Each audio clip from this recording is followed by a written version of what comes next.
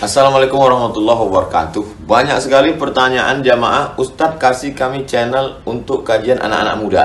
Di antara anak muda berasal dari Aceh, luar biasa, channelnya Maulizul Akbar Nak.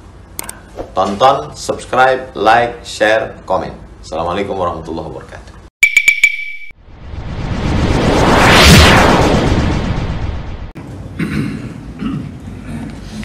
Alhamdulillahirabbil alamin. Wa bihi nasta'in ala umuri dunya wad din.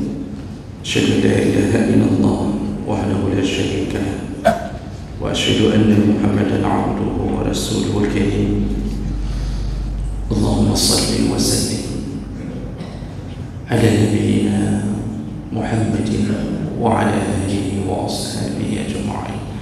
Amma ba'd. Rabbi shrah li sadri wa yassir li amri wahlul 'uqdatam min lisani yafqahu qawli. Segala puji bagi Allah, kemudian salawat dan salam kepada Rasulullah, pada keluarga dan seluruh sahabat-sahabatnya.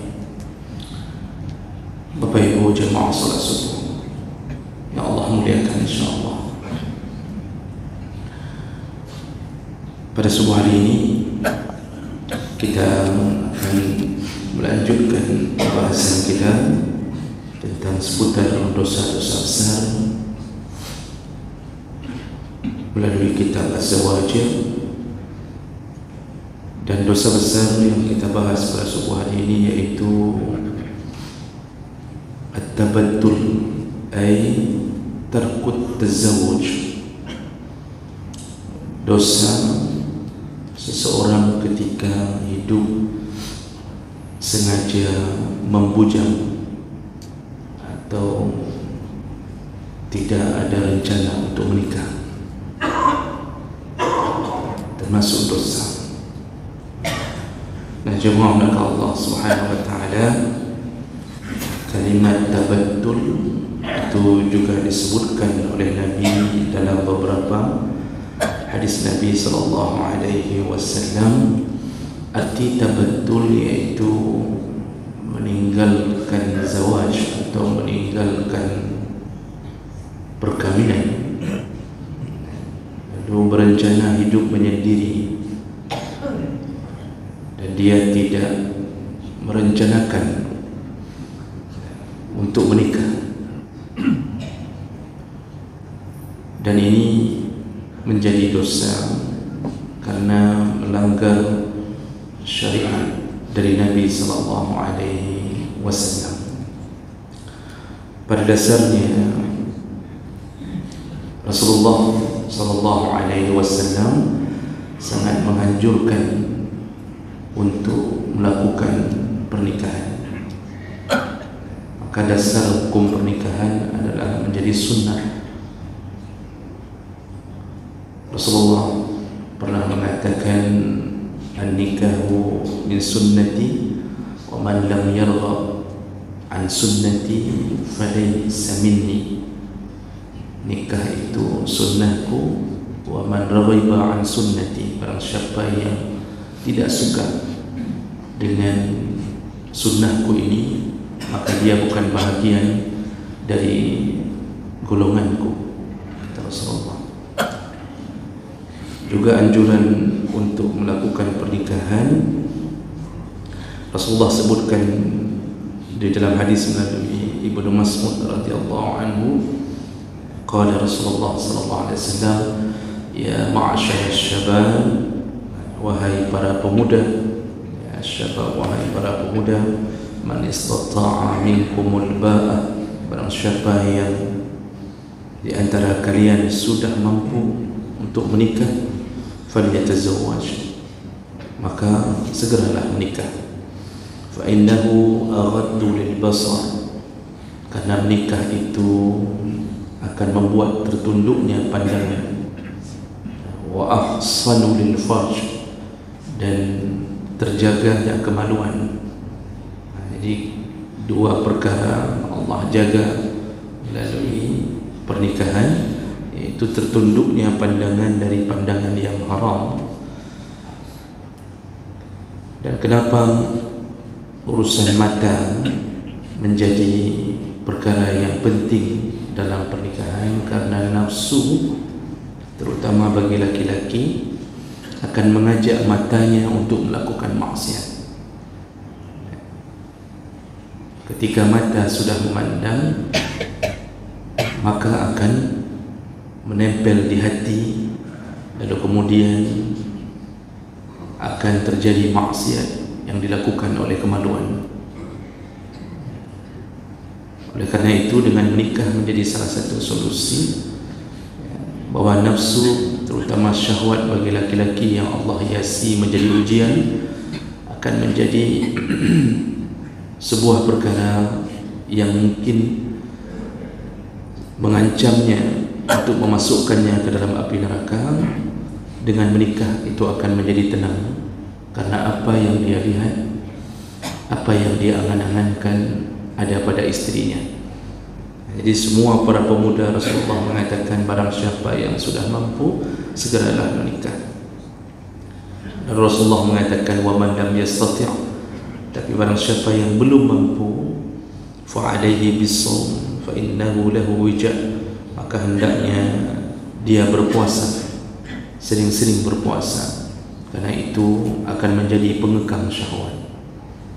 Maka sebaik-baiknya para pemuda yang ditimpa oleh ujian dari Allah dengan membaranya nafsu, apalagi dengan berbagai fasilitas hari ini yang mendukung nafsu, HP, tontonan-tontonan dengan berbagai tayangan perempuan di akhir zaman yang memamerkan aurat mereka melalui berbagai aplikasi. Dan ini besar perjuangan kita melawan nafsu. Berat bagi anak-anak kita melewatkan nafsu ini. Begitu mudahnya syaitan menjebak kita dalam dosa mata, dosa kemaluan. Kata Rasulullah, hendaknya lah pemuda-pemuda ini berpuasa. Jadi jemaah maka Allah Subhanahu wa taala, Rasulullah sallallahu alaihi wasallam menyuruh menikah dengan satu tujuan, yaitu untuk menjaga iman, agar iman bisa sempurna untuk menuju dan kembali kepada Allah Subhanahu wa taala. Makanya dalam hadis yang lain dengan derajat yang sahih riwayat Tabrani Al-Hakim, Rasulullah sallallahu alaihi wasallam menyebutkan, "Iza tazawwaja al-'abdu faqad istakmala nisfad din." Ketika seseorang menikah, maka dia telah menyempurnakan setengah dari agamanya. "Falyattaqillah fil nisfil baqi." Tinggal yang setengah, hendaknya berbanyak takwa kepada Allah. Jadi setengah agama ini tertutupi dengan menikah, sedangkan setengah lagi, kata Rasulullah, berbanyaklah bertakwa. Kenapa menikah menjadi bahagian daripada setengah agama? Pertama, tadi disebutkan bahawa dengan menikah kita telah menundukkan nafsu yang tidak pernah berhenti menggoda manusia. Rasulullah pernah mengatakan, para ulama pernah mengatakan, an-nafsu katiflir radhi'. Nafsu itu bagaikan anak bayi yang sedang menyusui. Kalau tidak diberikan ASI, dia terus merengek sampai diberikan, baru terdiam. Tapi besoknya dia akan meminta lagi. Begitulah nafsu. Nafsu dalam urusan syahwat tidak akan pernah berhenti. Bahkan ada satu kalimat yang sering kita dengarkan, tua-tua keladi, makin tua makin menjadi. Itu maksudnya yang menjadi apa ya? Nafsunya. Nafsunya tidak berhenti. Laki-laki tidak mengenal menopause. Jadi tidak ada cerita laki-laki berhenti haid, tidak ada cerita itu. Jangankan berhenti haid saja tidak ada. Tidak ada cerita laki-laki itu punya masa frigid, dia dingin, tidak suka lagi pada perempuan. Tidak ada. Makin duha, makin menjadi. Makanya Kadang-kadang kita bingung sendiri menundukkan nafsu kita. Jadi dari masa kita baligh, bahkan anak-anak hari ini belum baligh, nafsu kepada syahwat itu dibina oleh syaitan yang bekerja sama dengan nafsu. Hari ini anak SD pacaran, SMP kemudian mulai melakukan hubungan suami isteri, bahkan sampai hamil. Kasus-kasus di Lot Semawi ini bahkan ada yang tidak terangkat di media. Itu ada yang SMP sudah hamil. Kenapa? Nafsunya untuk menjaga kemaluan itu yang paling susah. Paling susah. Kalau di kota besar jangan tanya, SMA itu dianggap sesuatu perkara yang aneh kalau tidak punya pacar. Tidak punya pacar itu dianggap kiri, dianggap ketinggalan, dianggap manusia tidak laku. Maka dia akan berusaha untuk mempunyai pacar, dan mereka melakukan perkara-perkara yang dilarang agama menjadi sebuah kebiasaan. Ada yang berusaha mengislamisasikan pacaran, jadi panggilannya abi, umi, begitu. Padahal haram. Jadi seakan-akan dengan memanggil abi dan umi menjadi halal. Disebut pacaran Islami. Semua perjalanan itu dikawal oleh nafsu. Ada yang tidak berusaha lagi untuk menikah karena dia sudah mendapatkan nafsu melalui pacarnya. Begitulah kehidupan kita menjelang datangnya Dajjal. Zina menjadi salah satu bahagian tanda-tanda kiamat besar. Maka Rasulullah pernah mengatakan, ketika menjelang kiamat orang akan berzina terang-terangan. Menjelang kiamat orang akan berzina terang-terangan, dan ini sudah terbukti. Jadi orang hari ini ketika berzina, pacaran, itu dilakukan dalam keadaan tidak ada rasa takut. Kita ini bahkan kadang-kadang merasa khawatir kita tertimpa penyakit selemah-lemahnya iman. Ketika kita berdiri di lampu merah, di samping kita ada anak muda yang membawa pacarnya, bahkan berpelukan. Rasa-rasanya kita malu kepada Allah, tidak berani kita tegur. Mereka biasa saja, bahkan mereka memandang kita dengan senyuman, tapi kita tidak berani menegurnya. Takut ribut, takut itu mungkin anaknya pejabat, mungkin ayahnya salah satu bahagian dari militer.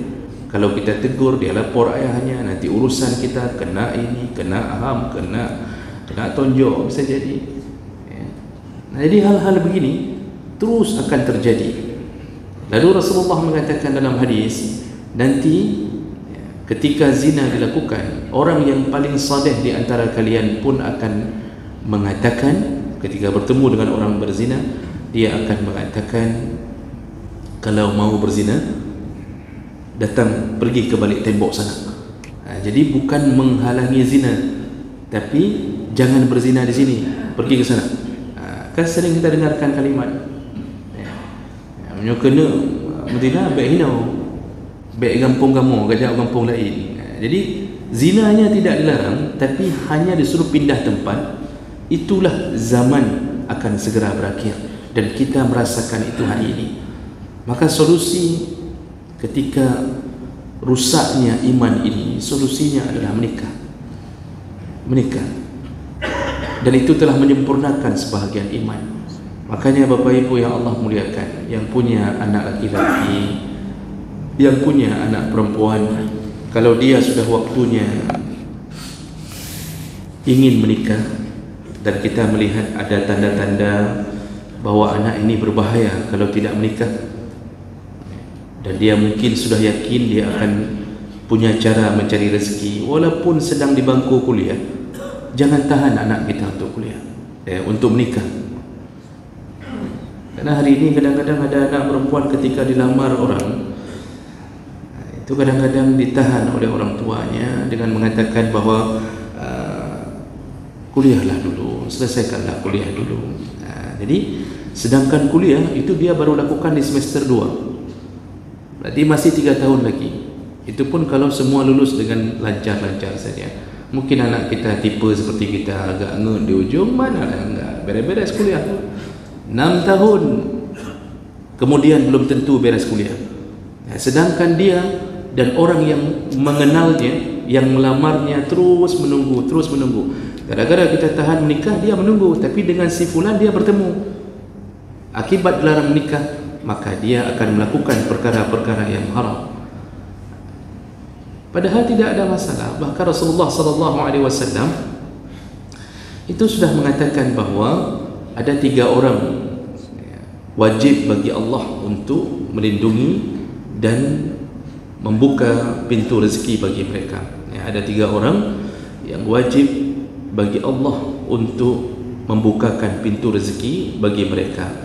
Siapa mereka? Salah satunya adalah an-nakih yuridul afaf, orang yang menikah gara-gara ingin menjaga harga diri, artinya menjaga kehormatannya. Jadi kalau anak lelaki kita tiba-tiba menemui kita di saat dia semester 6 atau belum selesai kuliah tapi sudah hampir selesai, lalu dia mengatakan, ayah tolonglah lamar fulan, itu sekedar memberi pertimbangan boleh, tapi yang menahan sampai dia tidak bisa menikah jangan.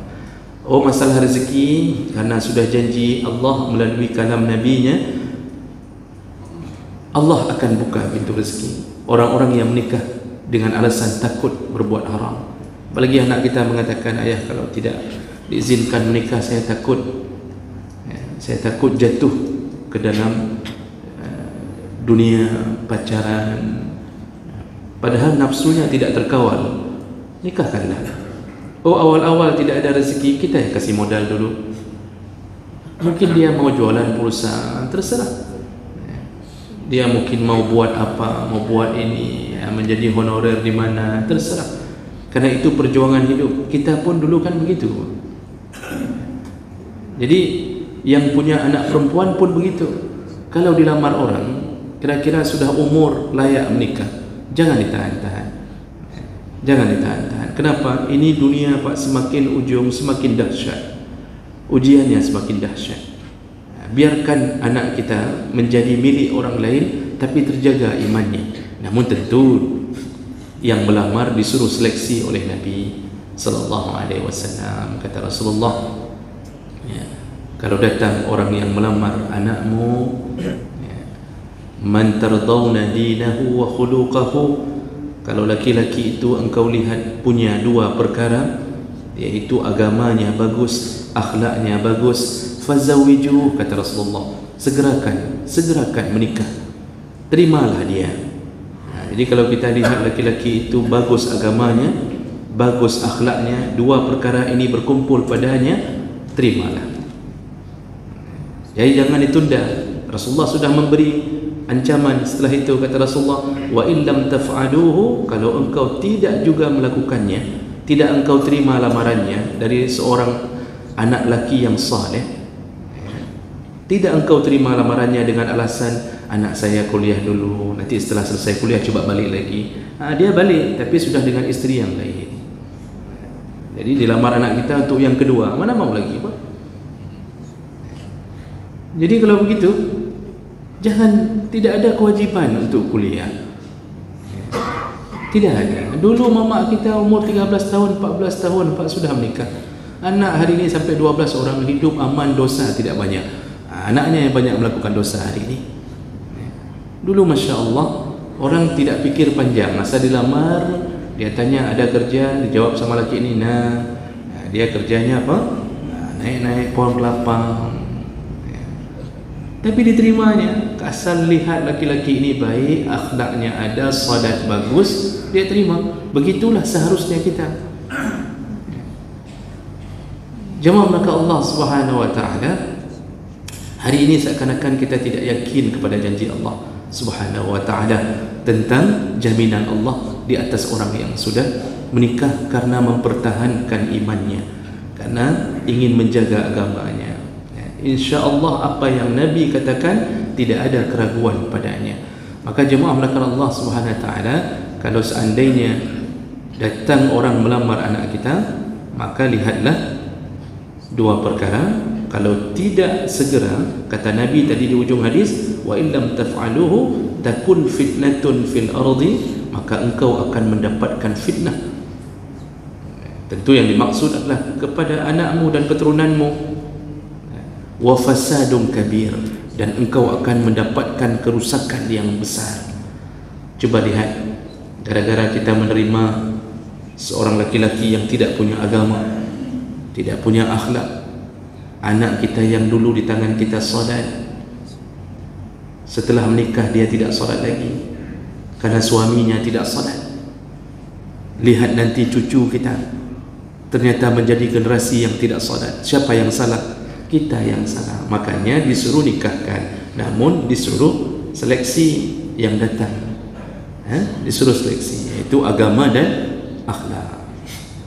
Jadi kalau yang datangnya orang-orang yang sudah berumur, duda atau dude, atau ada yang mengatakan duren, duda keren, uang banyak, salat ada, walaupun uban sudah muncul satu dua, itu tidak juga menjadi halangan. Kadang-kadang hari ini menjadi aib menikah dengan seorang duda. Jadi jemaah maka Allah Subhanahu Wa Taala, kenapa hari ini, kenapa menjadi merencanakan hidup membujang menjadi dosa? Karena efeknya panjang.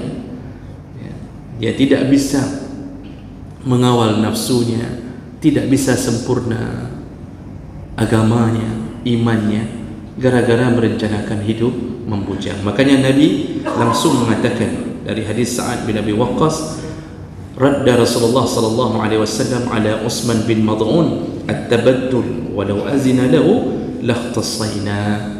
Kata Rasulullah, kata Sa'ad bin Abi Waqqas, Rasulullah melarang sahabat untuk melakukan tabattul, dan itu yang dimaksud sahabat itu adalah Utsman bin Mad'un. Utsman bin Mad'un ini sudah mengatakan ke Nabi, aku tidak akan menikah, aku akan terus beribadah, salat di malam hari tidak berhenti, aku akan terus puasa, dan aku tidak akan menikah. Diketahui oleh Nabi, langsung Nabi menyampaikan kepada Utsman bin Mad'un, haram, tidak dibolehkan merencanakan hidup dalam keadaan tabattul. Dan ini ada beberapa hadis lain yang mendukung tentang haramnya merencanakan untuk hidup membujang. Di dalam kitab Al-Fiqhul Manhaji ala al-Mazhab al-Imam Asy-Syafi'i itu disebutkan ada 3 model orang yang membujang. Ada 3 model orang membujang. Yang pertama, dia membujang tidak berani menikah karena urusan pribadinya. Artinya dia bisa jadi sakit, atau dia terlalu miskin, khawatir menelantarkan anak orang, tidak ada nafkah, tidak ada kemampuan mencari nafkah, atau bisa jadi dia cacat, atau mungkin dia punya sakit yang menular, atau sakit yang mengganggu hubungan keluarga, atau apapun yang bentuknya pribadi. Nah, tipe pertama ini itu dibolehkan atau bahkan menjadi makruh untuk menikah. Makruh untuk menikah kalau tahu diri akan menjadi hal yang berbahaya, tapi tetap dianjurkan untuk menikah. Yang bisu, carilah yang bisu agar bisa memahami komunikasinya. Yang buta, kalau bisa menikah dengan orang yang tidak buta lebih baik. Tapi kalaupun tidak dapat, ya sesama buta menikahlah. Dan itu sudah biasa itu, karena mereka, mata hati mereka tetap terbuka. Tidak mesti dengan Cina buta. Jadi yang penting usahakan menikah. Yang punya penyakit mungkin diterima oleh orang yang sakit-sakitan juga, tetap disunnahkan untuk menikah. Tapi kalau khawatir membuat tersebarnya penyakit pada tubuh kita, maka di saat seperti itu dimakruhkan untuk menikah. maka disuruh perbanyak sabar oleh Allah. Dengan berbagai kekurangan itu Allah nikahkan dengan bidadari di surganya. Nah, yang kedua, menikah membujang dengan alasan menuntut ilmu dan disibukkan dengan urusan agama, berjuang untuk kemaslahatan umat. Ini tipe kedua ini malah disebutkan dalam kitab tersebut, hukumnya malah lebih bagus tidak menikah. Jadi bukan semua membujang haram. Membujang yang kita tidak teringat gara-gara disibukkan dengan menuntut ilmu dan disibukkan dengan banyaknya urusan umat, itu dibolehkan, bahkan dianjurkan tidak menikah. Ini biasanya level-level para ulama, mujtahid, para pemimpin yang disibukkan dengan urusan umat, itu bagi dia itu punya hukum ini. Tapi pemimpin hari ini makin jadi pemimpin makin dia inang. Ada yang put boh, 5 boh inang, kan begitu kan. Tapi orang dulu, masya-Allah, siapa ulama-ulama yang membujang? Tercatat ulama-ulama besar itu pengarang tafsir At-Tabari, Ibnu Jarir At-Tabari itu tidak pernah menikah sampai meninggal. Kemudian Imam Nawawi, ikonnya mazhab Syafi'i, itu tidak menikah. Beliau meninggal 45 tahun. Lalu Ibnu Taimiyah dengan kepintarannya itu tidak pernah menikah sampai meninggal. Imam Az-Zamakhsyari, pengarang kitab tafsir Al-Kasyaf, itu tidak pernah menikah sampai meninggal. Lalu ditelusuri kenapa mereka tidak menikah. Ternyata bukan tidak ingin menikah, terlalu banyak kelezatan yang mereka dapatkan dalam menuntut ilmu dan mereka disibukkan menangani masalah umat, sehingga menikah itu tidak menjadi mimpi bagi mereka. Imam Nawawi itu meninggal dalam umur muda 45 tahun. Karyanya jangan ditanya apa.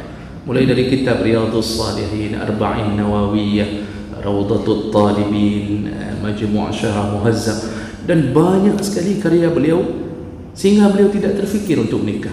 Ibnu Taimiyah juga jangan tanya. Jadi ulama-ulama itu tidak menikah bukan membenci pernikahan, tapi disibukkan dengan melayani umat.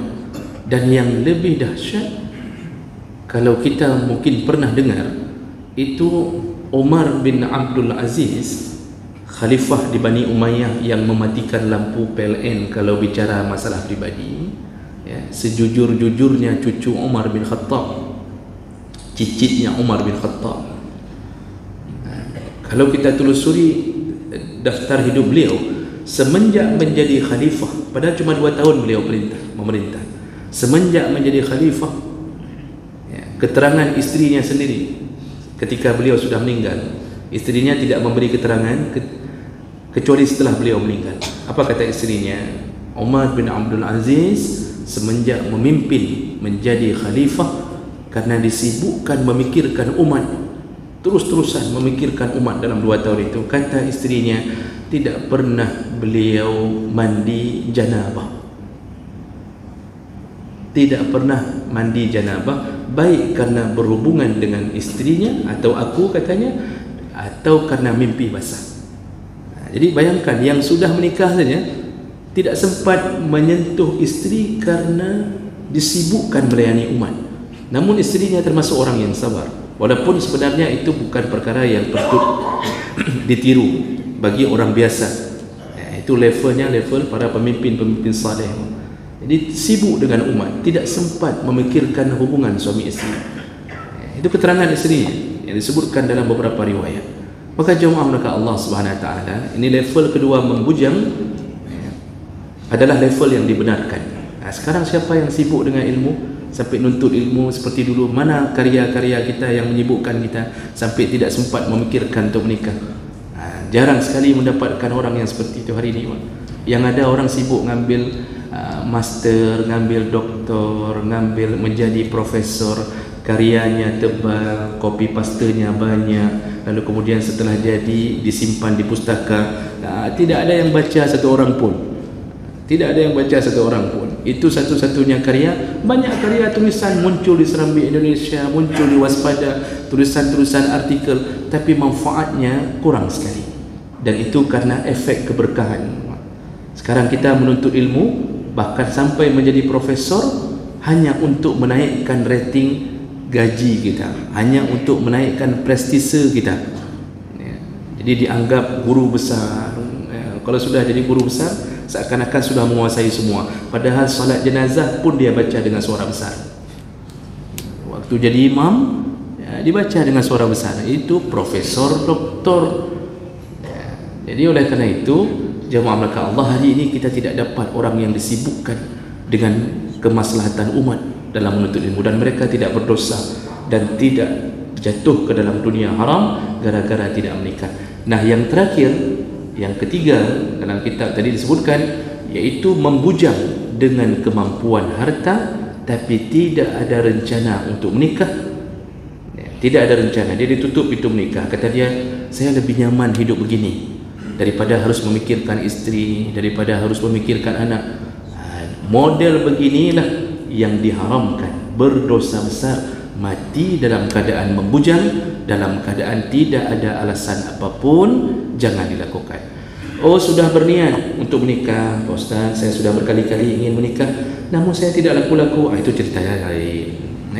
Sampai mati nggak laku, itu ceritanya lain. Allah nikahkan nanti di surga Allah. Pasti. Karena di surga tidak boleh ada bujangan.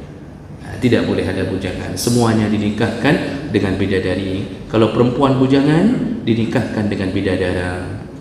Itu pasti. Pasti. Namun kenapa bidadara tidak disebutkan baik dalam Al-Quran maupun dalam hadis? Karena perempuan nafsunya tidak ke situ.